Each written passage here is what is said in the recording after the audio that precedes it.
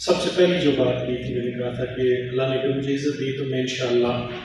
جو سب سے پہلا کام کرنا ہے وہ یہ کہ اپنے عظیم دھرتی کے بیٹوں کے نام پہ ہم ایک تعزیتی ریفرنس کریں گے انشاءاللہ۔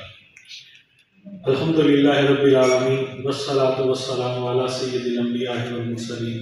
اللہ پاک کا لاکھ لاکھ شکر کہ اللہ نے مجھے یہ توفیق عطا فرمائی اور اس میں سرخروئی عطا فرمائی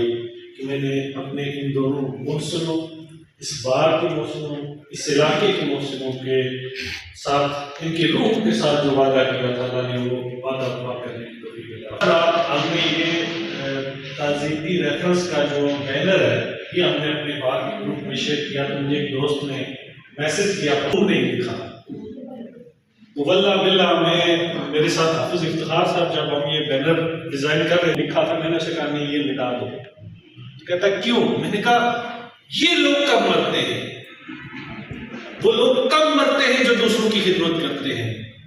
وہ لوگ کب مرتے ہیں جو نظریہ رکھتے ہیں؟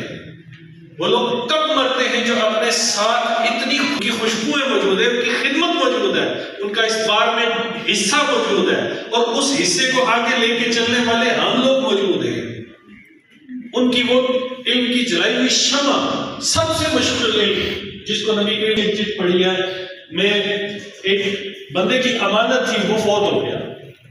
میں حج میں جانے سے پہلے میں نے کہا میں اس کو واپس کر کے جاؤں، مجھے سمجھ نہیں ہے، میں نے ایک ہفتہ اپنی طرف سے اس کو جمع نفی کرتا رہا، مجھے سمجھ نہیں آئی، میں نے مجید